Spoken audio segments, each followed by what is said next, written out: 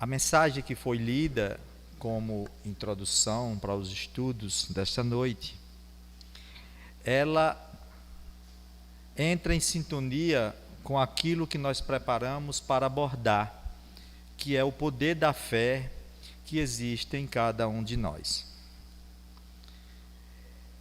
E em nenhum momento da nossa vida, podemos dizer, a fé se torna tão importante quando nós temos que lutar contra as nossas enfermidades, contra as nossas doenças, sejam elas do corpo, sejam elas da alma. Então, antes de adentrarmos a verdadeira essência do que seja a fé e como mobilizá-la em nosso favor, é pertinente chamarmos a atenção para alguns comentários que Emmanuel fez sobre a citação de Tiago. Principalmente quando ele diz que a grande maioria dos nossos males que existem na Terra procedem do coração. Então nós podemos fazer uma reflexão inicial e fundo nas causas das nossas dores, das nossas doenças, de todas as nossas enfermidades. Se a espiritualidade nos chama a atenção para dizer-nos que na raiz das nossas doenças estão os desequilíbrios procedentes do coração, são exatamente desta fonte que emanam os sentimentos, as emoções e os desejos. Uma outra frase interessante que me chamou a atenção da leitura é quando ele nos diz que cada um de nós vai plasmando a sua existência de uma forma gradativa conforme os seus desejos. E os desejos vêm da onde? Nascem da onde? Do coração.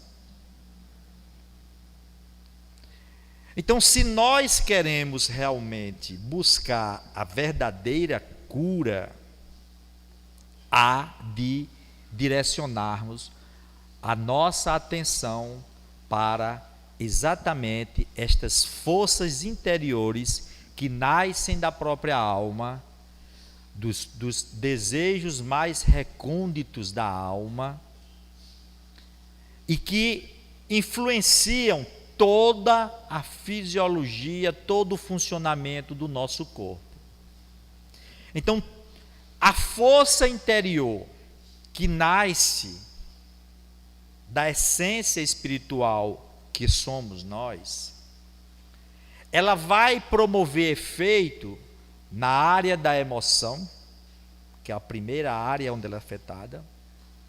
Ela vai promover efeito nos transtornos psicológicos e mentais, daí originar os diversos distúrbios da mente. E vai também promover efeito no corpo físico, causando muitas das doenças e enfermidades que nos levam para hospitais e consultórios em busca de socorro. Então, se nós estamos hoje ampliando a nossa visão de ser humano e enxergando como um ser multidimensional, formado de espírito, mente e corpo, há de considerar que, se as enfermidades afetam esses três setores, então os tratamentos têm que ser direcionados para os três setores. Quando as enfermidades atingem o corpo físico, temos que buscar o socorro na medicina convencional e tradicional. Por quê? Porque, lembrando as próprias palavras de Emmanuel no comentário que ele faz, nós ainda prescindimos e necessitamos de muito da assistência dos medicamentos, das injeções e da assistência médica convencional, até conseguirmos despertar para buscar a verdadeira cura, que é interior. Quando ele sinaliza na busca constante, na sintonia da vivência cristã na prática do bem, através da própria renovação moral, do estudo e da meditação. No livro Consolador, também do autor espiritual Emmanuel, ele vai mais direto no seu pensamento quando ele diz que a verdadeira saúde é a perfeita harmonia da alma.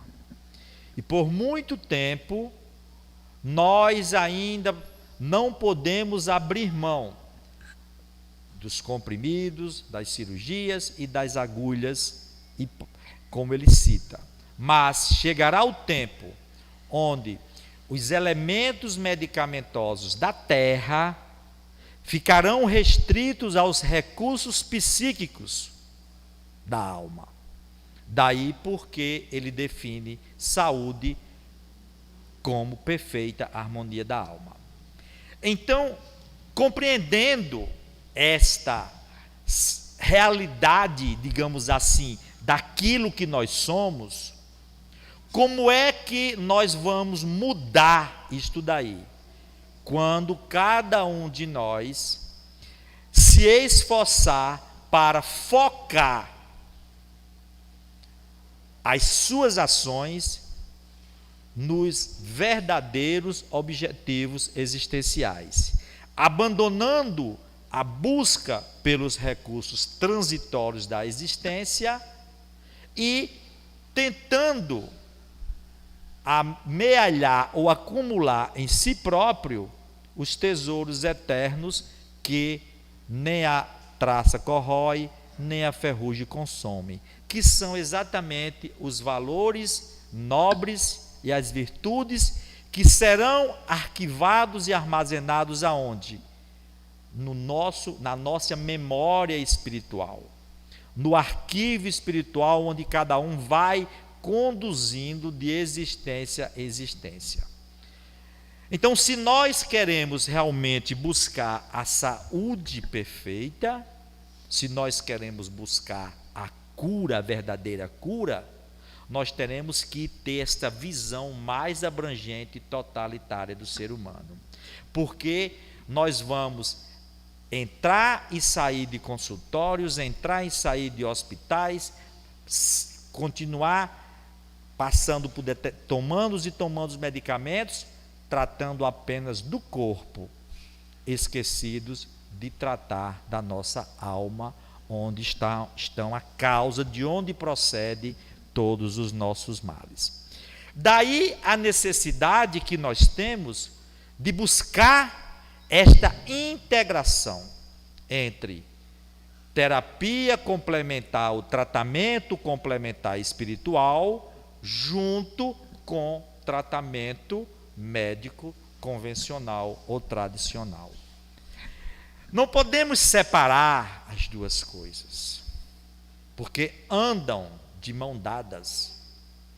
Coração e cérebro, emoção e razão, sentimento e inteligência estão juntos, um entrelaçado com o outro, um não vive sem o outro. Por isso que os Espíritos nos chamam sempre a atenção para a importância da instrução, que é para fortalecer o nosso intelecto, e do amar, para fortalecer e desabrochar as energias recônditas que estão no nosso coração.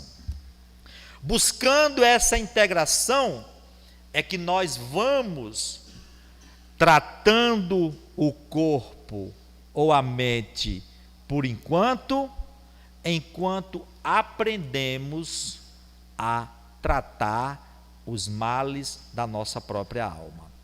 E aí, quais seriam eles? Alguns já foram citados aqui: a maledicência, a intemperança, os desregramentos emocionais, a ausência da compreensão e do perdão, a renúncia silenciosa, muitas vezes, diante das adversidades da vida, porque a gente pensa que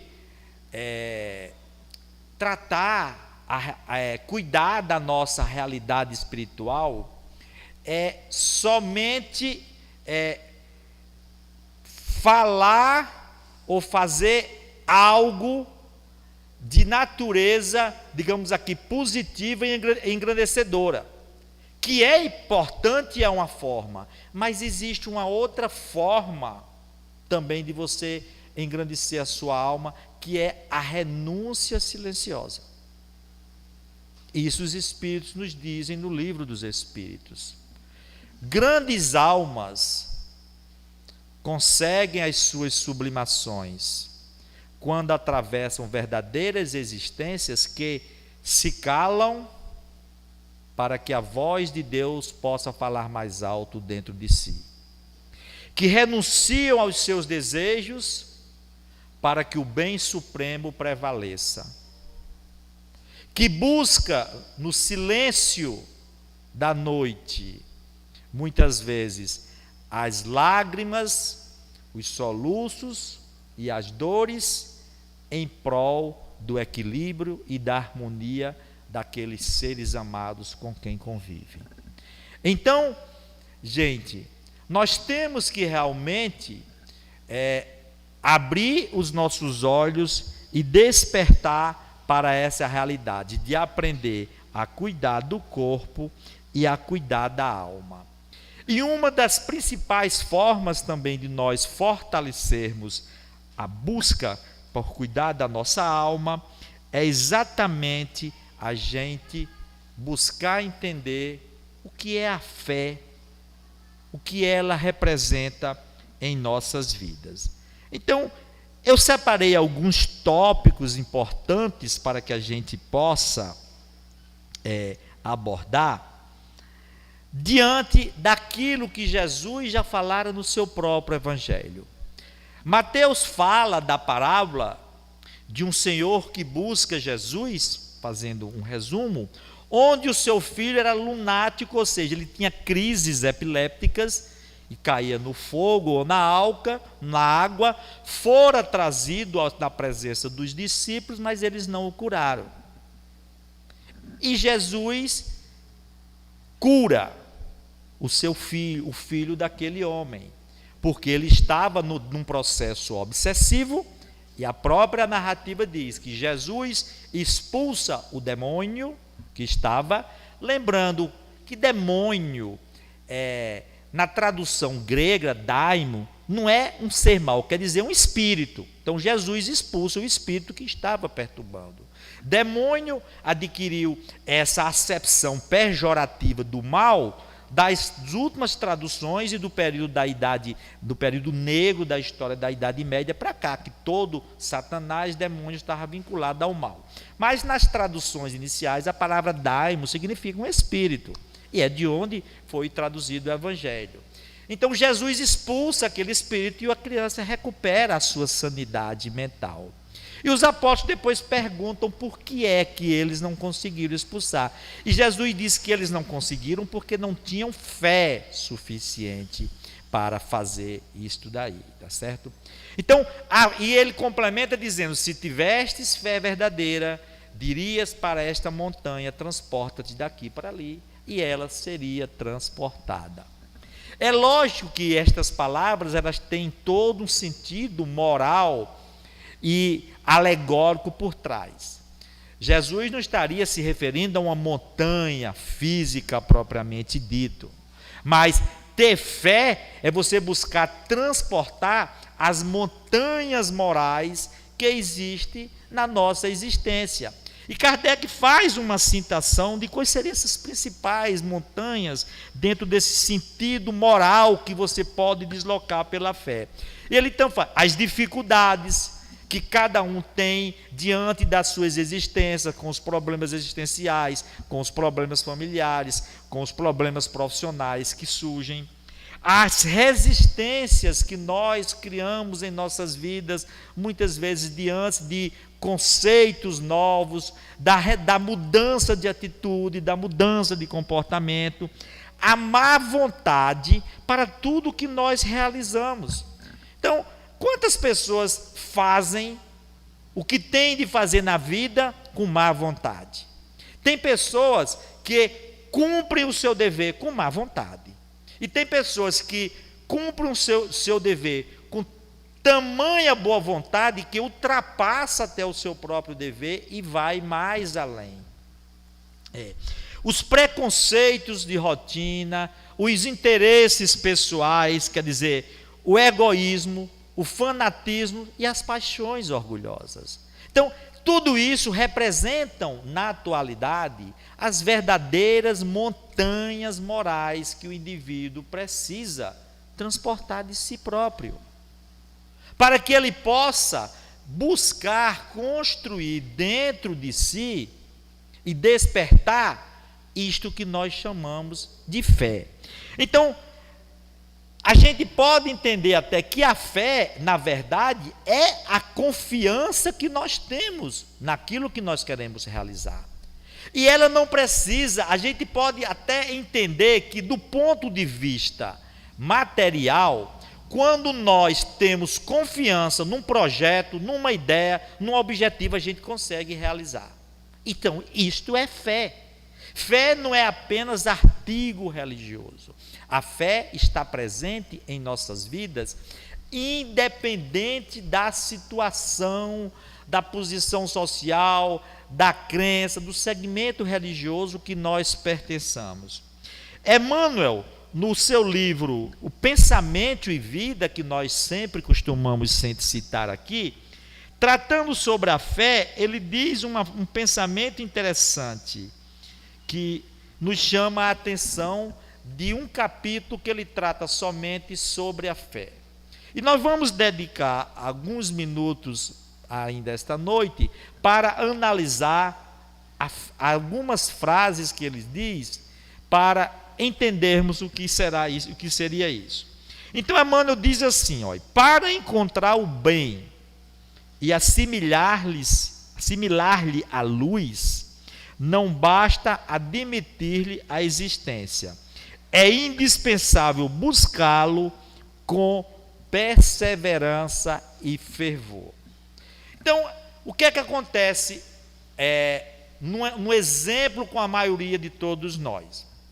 E Emmanuel diz, por exemplo, nós não basta saber que existe a eletricidade, mas para que ela chegue e promova a iluminação de recinto, foi preciso percorrer diversos caminhos e fios, desde a fonte geradora até chegar aqui. Então, não basta a gente saber que existe o bem, se nós não nos esforçarmos para buscá-lo com perseverança e com fervor.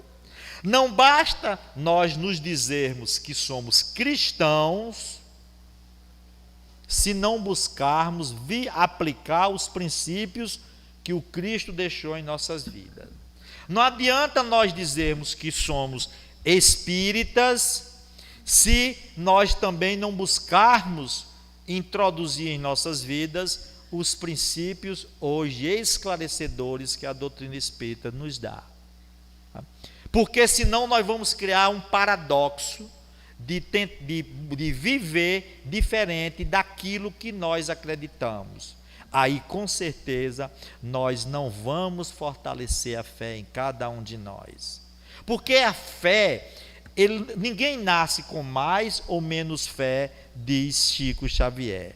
Porque a fé, ela é adquirível. É um processo onde cada um vai conquistando e fortalecendo dentro de si próprio. Como é que isso acontece? Acontece quando o indivíduo procura adquirir confiança naquilo que ele faz, certeza dos objetivos que ele pretende alcançar, perseverança nos tentames necessários a alcançar estes objetivos e fidelidade às disciplinas dos compromissos assumidos. e a humildade necessária para reconhecer que os resultados das nossas ações pertencem ao Senhor. Então, quando a gente hoje se depara com uma pessoa que tem uma fé mais robusta e vigorosa, aí é porque esta pessoa já fez o progresso antes. Aquele que não tem é porque necessita se esforçar para adquirir. E como foi citado por Tiago, a oração do justo, ela tem um poder maior, e é verdade, porque o justo pressupõe-se uma pessoa de coração puro e de consciência reta. Se você tem o coração puro e tem a consciência reta, você tem uma integração das forças que mobiliza a nossa própria evolução, deste equilíbrio entre o sentir e o pensar, da emoção com a razão, do coração com o cérebro, ou seja, do amor com o conhecimento. Então, como é que nós podemos definir a fé verdadeiramente? Emmanuel diz que não existe no vocabulário vulgar como defini-la, mas ele diz o seguinte, que a fé é força que nasce com a própria alma, certeza instintiva da sabedoria de Deus, que é a sabedoria da própria vida. E está em todos os setores da existência. Estão nos minerais, quando se agrupam pelas leis da afinidade, estão nas árvores, quando crescem para darem os seus frutos, entendeu? Está no ser humano, quando ele se esforça para mobilizar essa energia para produzir os verdadeiros frutos da vida. Então, a fé não é um artigo religioso. A fé é esta energia poderosa que cada um tem dentro de si, que na maioria das vezes está adormecida porque nós não sabemos mobilizá-la. Joana de Ângeles chama isso de o médico interno, que é essa força interior que nós temos, mas que não sabemos como acioná-lo. São os verdadeiros recursos psíquicos que Emmanuel fala, que farão parte da farmacopeia, ou seja, dos elementos medicamentosos do ser humano para alcançar a sua perfeita harmonia e a verdadeira cura. Então, todas as operações da existência, lembra Emmanuel, se desenvolvem através dos processos da fé. Então, o que é que nós precisamos? Aprender a utilizar essa energia conscientemente. E não nos deixarmos apenas ser conduzido pela força das coisas, ou então pela manipulação de ideias ou de conceitos, onde o indivíduo não consiga raciocinar para fazer suas escolhas.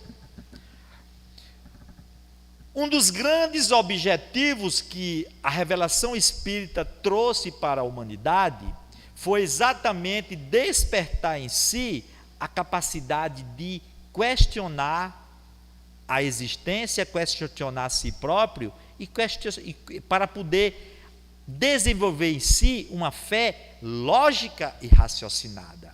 Porque a fé, do ponto de vista efetivo de exteriorização, ela pode ser cega ou pode ser a fé raciocinada. A fé cega, ela não questiona os conceitos que são apresentados. E quando exacerbados, levam ao fanatismo. E a gente sabe onde o que é que o fanatismo pode produzir, tanto para o ser humano, como para a própria sociedade. Um exemplo, a gente vê em determinadas religiões que existem no planeta, diz que quando você se suicida nessas missões destruidoras, você vai ser recebido no céu com glórias e com virgens para lhe receber. Então, isso daí é um exemplo de como a fé sem questionamento pode levar ao seu fanatismo e ao prejuízo para o indivíduo e para a sociedade. Durante a Segunda Guerra Mundial, para quem já conhece um pouco, existiam os pilotos suicidas japoneses, chamados de kamikazes, onde eles recebiam missões suicidas de, com o seu avião, eles irem direto no alvo. E isso era uma das orientações, das consolações que diziam para ele, que ele seria recompensado e chegaria do outro lado com todos esses benefícios de consolações por ter sido um herói. Então, imagine como a fé cega pode promover o mal do ser humano. Em nome desta fé cega, nós tivemos o período negro da história da humanidade, que foi a Idade Média, de 473 depois de Cristo até 1453, da queda do Império Romano até a tomada de Constantinopla pelos turcos e pelos otomanos. 1000 anos de histórias, onde a fé cega promoveu diversas mortes e dizimou populações. Então, é preciso que quando nós utilizarmos conscientemente essa energia, diz Emmanuel, nós podemos suprimir longas curvas no nosso caminho da evolução. Em vez de ficar repetindo experiências de existência em existência, nós passaremos a traçar uma linha mais reta no nosso próprio aprimoramento. E quando nós aceleramos o nosso progresso espiritual, pressupõe que nós estamos nos melhorando moralmente e corrigindo os distúrbios do nosso coração, de onde procede todos os males, as nossas doenças. O mau humor, o desânimo, o ócio, a preguiça. Essas são as verdadeiras doenças da alma, que afetam principalmente o humor. Então a gente pensa que apenas as doenças, você só está doente se tiver com bronquite, com pneumonia, com apendicite, com dor de cabeça. Não, gente, isso aí são apenas a somatização dos diversos processos orgânicos que afetam o corpo humano. E alguém pode perguntar, e as infecções? As infecções é um outro capítulo importante das doenças que acometem o indivíduo, mas elas entram pelas brechas vibratórias que o indivíduo permite no equilíbrio psicofísico, ou seja, entre as forças da alma e as forças físicas. Está lá em Evolução em Dois Mundos, quando André Luiz trata de um capítulo chamado Invasão Microbiana e Predisposições Mórbidas, e eu recomendo a todos vocês lerem esses 2 capítulos na segunda parte do livro Evolução em Dois Mundos. Então, gente, Emmanuel nos chama a atenção para a gente recordar, por exemplo, o Sol, para a gente entender bem. O Sol distribui toda a sua energia e toda a sua claridade para o planeta inteiro e para todos os seres. Mas se nós utilizarmos uma lente, nós podemos concentrar estes raios do Sol, que adquirem uma potencialização de energia maior. Quem não já conseguiu, com a lente de óculos de grau, colocar num sol forte e, se tiver um pouquinho de palha no chão, fazer o fogo e fazer aquilo ali pegar fogo, porque nós concentramos o poder e a força daquela energia luminosa e ela adquiriu este poder por esta concentração de energia. Então Emmanuel diz, o bem eterno é a mesma luz para todos, mas concentrando-lhe a força em nós, por intermédio de positiva segurança íntima, de certo, com mais eficiência, lhe retrataremos a glória.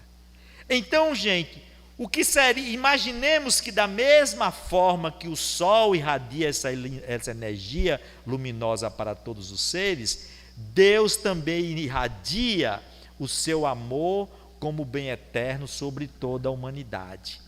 Mas para que nós possamos concentrar essa força divina e potencializá-la dentro de nós, é necessário adquirirmos uma positiva segurança íntima. E essa positiva segurança íntima é o que nós podemos chamar de fé. Na confiança, repetindo, na busca perseverante das atitudes no bem. Porque a força divina que irradia sobre toda a humanidade são as forças do bem. Se nós não a buscarmos com perseverança, como ele diz no início, nós não poderemos concentrar essa força em cada um de nós. Então Emmanuel finaliza dizendo o seguinte: procuremos a boa parte das criaturas, das coisas e dos sucessos que nos cruzem a lida cotidiana. Teremos assim o espelho de nossa mente voltado para o bem, incorporando-lhe os tesouros eternos e a felicidade que nasce da fé generosa e operante. Vejam bem, generosa e operante, pressupõe-se uma atitude, uma ação positiva no campo do bem. E a fé generosa e operante, a felicidade que nasce da fé generosa e operante, libertar-nos-á dos grilhões de todo o mal. De onde provém a fonte de todos os males? Do nosso coração. De vez que o bem constante e puro terá encontrado em nós seguro refletor. Então, meus queridos amigos, irmãos, o amor de Deus, esta energia divina esparsa em todo o cosmos, representa o celeiro inesgotável do infinito amor, da infinita misericórdia que é Deus. Nós temos à nossa disposição. Estamos mergulhados nesta essência, como disse o apóstolo Paulo. Em Deus nós vivemos e em Deus nós nos movemos. Mas nem todos conseguem fazer com que a sua mente e o seu coração reflita esta essência divina. Por quê? Porque nós ainda não despertamos o suficiente para compreender que não é Deus que está longe da gente, somos nós que estamos nos distanciando dele, porque ele está do nosso lado. A distância não é física, é vibratória, é de vibração espiritual, cuja mudança ela acontece a partir do momento que cada um de nós se predispõe a fazer a renovação necessária em sua própria vida. Aí é a tarefa, é o dever de casa de cada um de nós. Reencarnamos com esta proposta. Todos nós reencarnamos com este objetivo de buscar, ao longo do período de anos que constitui a nossa existência física, fazer esta renovação necessária, porque chegará o dia, finalizando com o que Emmanuel comentou na introdução da nossa reunião, chegará um dia em que cada um de nós será convidado, entre aspas, a abandonar a existência física e retornar à pátria espiritual, onde se defrontará com a sua própria consciência. E é lá que estão arquivados os reflexos e as consequências de todas as nossas ações, de tudo que nós sentimos, que nós pensamos. Então, gente, estamos doentes, como diz a mensagem. Estais doentes? Sim, estamos doentes todos nós, porque estamos ainda numa existência de provas e expiações. E devemos agradecer a bondade divina que nos permitiu mais uma existência na carne. para que a gente possa drenar os desequilíbrios e imperfeições da nossa alma, como que ainda são resquícios do nosso egoísmo, do nosso orgulho, da nossa presunção, do nosso amor próprio ferido, podermos drenar esta roupa suja, como diz Lísias no livro Nosso Lar. As nossas imperfeições, o reflexo das nossas ações negativas na existência, elas estão arquivadas no nosso inconsciente, como se fosse um lodo depositado no fundo de uma piscina, onde as águas estão lá bem calmas e bem tranquilas, e tem aquele lodo lá embaixo depositado. Aí é necessário que nós renasçamos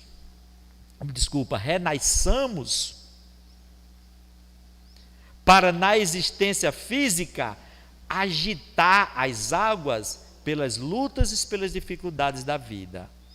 Aí, este lodo que estava lá no fundo da piscina, ele vem à tona para ser retirado. Então, agitar as águas calmas desta piscina é o que são as verdadeiras lutas e dificuldades que cada um tem que enfrentar na vida. Então ele diz: é necessário lavarmos a nossa roupa suja do passado no tanque das experiências da vida de hoje, para podermos sim nos libertarmos realmente das verdadeiras causas que nos fazem adoecer, que, repito, vem do nosso coração, dos desequilíbrios emocionais, pela ausência de perdão, pela ausência de amor. Aí, dentro desse contexto, é que nós vamos compreender o quanto a mensagem de Jesus representa para cada um de nós. Porque a essência do Evangelho recomenda-nos o amor e o perdão, o trabalho e a renúncia, o serviço incessante no campo do bem. Meus discípulos serão conhecidos por muitos se amarem, disse Jesus. O amor resume toda a lei e os profetas, disse Jesus.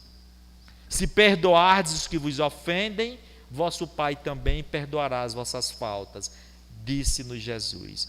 Ou seja, são orientações seguras para alcançar a profundidade do ser, a nossa essência espiritual, que é exatamente o nosso campo emocional.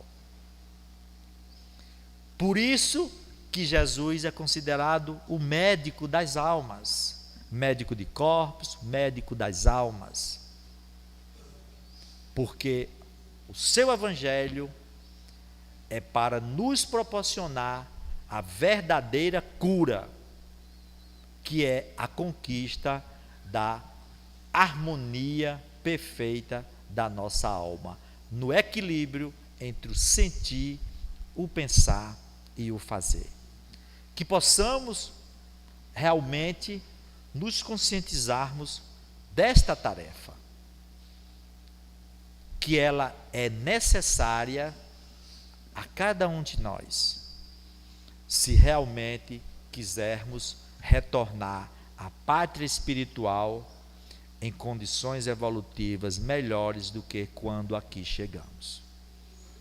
Que Deus nos abençoe, que Deus nos fortaleça para sermos perseverantes nestes objetivos. E aí, cada um fazendo isso, vai construindo a verdadeira fé dentro de si, sem dogmatismo, sem fanatismo, mas buscando compreender aquilo em que ele se está crendo. E para finalizar, o codificador nos deixa uma frase no Evangelho segundo o Espiritismo sobre a verdadeira fé que cada um deve buscar adquirir em si mesmo, quando ele diz: fé verdadeira é aquela que enfrenta a razão face a face em qualquer época da humanidade. Porque a verdade, ela é única, é a mesma antes, agora e será depois. Então, quando o indivíduo busca questionar aquilo que ele está crendo e saber por que crê, ele não vai mais dizer eu creio, ele vai dizer eu sei. E o Espiritismo procura desenvolver no indivíduo exatamente esta certeza, para que a sua fé seja fundamentada no saber e não na crença. Então, alguém pode lhe perguntar: você acredita que existe vida depois da morte? Ele diz: não, eu sei que existe vida depois da morte, porque a lógica, a razão e a compreensão da própria existência me dá esta certeza que não poderia ser diferente. Você acredita que realmente o bem vencerá? Não acredito, eu sei que vai vencer, porque a história demonstra que gradativamente a humanidade vem melhorando. Então, é isso que nós precisamos fazer, meus queridos amigos e irmãos: buscar perseverar no estudo e na compreensão, para, aprendendo o que tem que se fazer, depois exercitar na vida cotidiana. Com isso, cada um desperta dentro de si próprio essas energias recônditas do coração, que é a manifestação, o reflexo divino do verdadeiro bem eterno, como diz Emmanuel. Que Deus nos abençoe.